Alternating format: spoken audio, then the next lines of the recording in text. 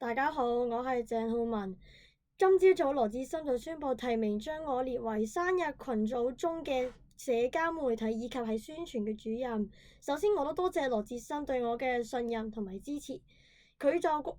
早前咧就話生日群組嘅 YouTube 頻道已經係沉寂緊一段嘅時間，所以呢，我其實見到呢個情景，我都係非常之樂意去幫助佢，令到佢係重新熱鬧起來嘅。之後呢，我會喺10月24日祈禱嗰一日呢係會開直播嘅，請各位觀眾敬請期待。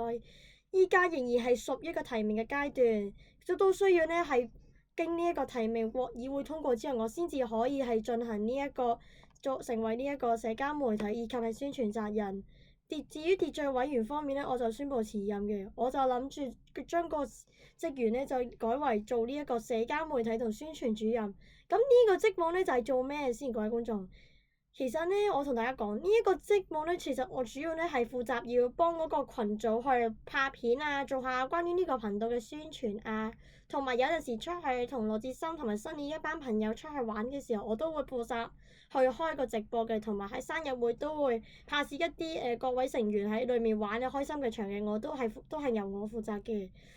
都希望之後各位成員都可以多多支持鄭浩文啊，多謝。